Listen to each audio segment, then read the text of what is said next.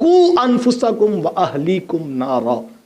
اے ایمان والو اپنے آپ کو اور اپنے اہل خانہ کو جہنم کی آگ سے بچا لو۔ جس نے جہنم کی آگ جلائی ہے، وہ بھڑکتی ہوئی آگ، وہ خالق ہو کے کہتا ہے اپنے بچوں کو بچا لو اس آگ سے۔ رزق کا ذمہ تو اس نے خود اپنے ذمہ کرم پہ رکھا ہے، اور صرف انسان کا نہیں رکھا۔ انسان سے نہیں کہا کہ تجھے رزق ہم دیں گے، بلکہ اس نے ضابطہ کیا دیا، وَمَا مِن دَابَّةٍ فِي الْأَرْضِ إِلَّا عَلَى اللَّهِ رِزْقُهَا، کہا زمین پہ چلنے والا کوئی چوپایا ایسا نہیں ہے، کوئی جانور ایسا نہیں ہے جس کا رزق تمہارے رب کے ذمہ کرم پہ نہ ہو۔ تو کیا خیال ہے جو جانوروں کو رزق دے گا وہ محمد عربی کے شعروں کو رزق نہیں عطا کرے گا؟ تو رزق کا ذمہ تو اس نے اپنے ذمہ کرم پہ لیا، لیکن دوسری طرف جس کی ذمہ داری اس نے خود قبول فرما لی اور اپنی رحمتوں کے ذمہ کرم پہ اسے رکھا کہ رزق ہم تمہیں عطا کریں، نحن نرزقہم وإیاکم، ہم ان کو بھی رزق دیتے تھے، تمہیں بھی رزق دیں گے۔ اور دوسری جگہ کہا نرزقکم وإیاہم، ہم تم کو بھی رزق دیتے ہیں، تمہاری اولادوں کو بھی رزق دیں گے۔ جس کا وعدہ اس نے کیا اس کی تو ہم صبح سے لے کر شام تک ٹینشن لیں، نہ دوڑ دیکھیں، نہ دھوپ دیکھیں، نہ سردی دیکھیں، نہ دھند دیکھیں، اس کے لیے ہم صبح شام تڑپیں کہ اولاد کا فیوچر ٹھیک ہو جائے۔ جس کی ذمہ داری اس نے خود قبول فرمائی اور کہا میں تمہیں رزق دوں گا، تمہاری اولادوں کو بھی دوں گا، تمہارے باپ کو بھی دیتا تھا، تمہارے بچوں کو بھی دوں گا۔ جس کی ذمہ داری اس نے خود قبول کر لی، اس کے لیے تو میں 6 گھنٹے ٹینشن لے رہا ہوں، لیکن جس کے بارے میں میری ذمہ داری لگائے گی، اپنے بچوں کو تو نے جہنم سے آگ سے بچانا ہے، یہ میرے لیے بھی خطاب ہے۔ یہ رب نے آپ سے بھی کہا کہ اپنے بچوں کو جہنم کی آگ سے بچا لو۔ اس کے لیے ہم کہیں کہ رب بڑا غفور الرحیم ہے، بخشے جائیں گے جناب، کوئی ٹینشن نہیں، تو پھر مجھے رک کر سوچنا ہوگا شاید میں نے قرآن سے رشتہ توڑ لیا اور مجھے پتہ ہی نہیں لگا کہ حقیقت کا سفر کیا ہے۔ میں نے اور آپ نے اپنی قبروں میں اترنا، اس سے قبل میں اور آپ اپنی اولاد پہ آج محنت کریں۔ جہاں ان کو کاروباری گر سکھا رہے ہو، جہاں ان کو یہ بتا رہے ہو بیٹا حالات بڑے خراب ہیں، 3 بندوں کو محنت کرنی پڑے گی، ان کو وہ کرونا کے حالات آئے تو ہم سب نے ایک دم جو ہے ٹینشن لینی چاہیے۔ میں نہیں کہتا یہ ذمہ داری ہیں، لیکن ہم صبح و شام پریشان ہے کہ آگے پتہ نہیں کیا بنے گا، جبکہ ہمارا اچھا کاروبار ہے، ہماری نوکری ہے، ہمارا روزگار ہے، ہم صبح و شام پریشان ہو رہے، پتہ نہیں یہ کب تک چلے گا، آگے کیا بنے گا۔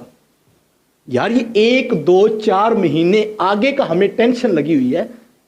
اور یہ تو بیت ہی جانے ہیں 1 2 4 ماہ، لیکن کل قیامت کا دن جو ایک دن 50,000 سال کا ہوگا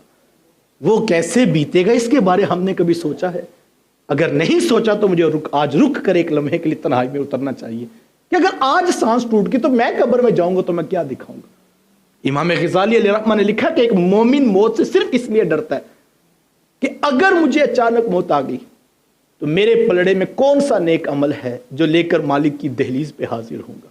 یہ میں نے بھی سوچنا ہے، یہ آپ نے بھی سوچنا۔ آج اپنی اولادوں پر محنت کریں اور ان کو پنجگانہ، میں یہ 2 باتیں اکثر دوستوں سے کہتا ہوں، آپ 2 کاموں پہ محنت کریں، 100% حلال کمائیں اور پنجگانہ نماز ادا کریں۔ یہ 2 کام اپنی زندگی میں شامل کر لیں، اللہ آپ کی نسلوں کو ان کاموں کی برکت عطا کرے گا، اور وہ شخص کبھی دنیا اور آخرت میں رسوا نہیں ہوگا جو پاکیزہ کماتا ہے اور جو مالک کی دہلیز پہ جھک جاتا ہے۔ مجھے اور آپ کو اس کے اوپر محنت کرنی ہے، آج موقع ہے، ورنہ کل پچھتانے کا کچھ کام حاصل نہیں آئے گا۔ آج لے ان کی پناہ، آج مدد مانگ ان سے، کل کو نہ مانیں گے اگر قیامت میں مان گیا۔ وقت پر کافی ہے ایک قطرہ آب خوش ہنگام کا، جل گیا جب کھیت برسا بھی تو پھر کس کام کا۔ آج موقع ہے، اس کو غنیمت جانی۔ بعض کا ہمارے یہاں ایسا ہوتا ہے، قرآن کی کوئی آیت حدیث کا کوئی مفہوم سن کر دل نرم ہوتا ہے، کہتا ہے یار واقعی حقیقت تو یہی، ہم زندگی کس کو سمجھے بیٹھے ہیں۔ اس موقع کو غنیمت سمجھیے، اگر قرآن کی کوئی آیت یا حدیث کا کوئی مفہوم آپ کے دل میں اترنے لگا، اس موقع کو غنیمت سمجھے، بس وہیں پہ رک کر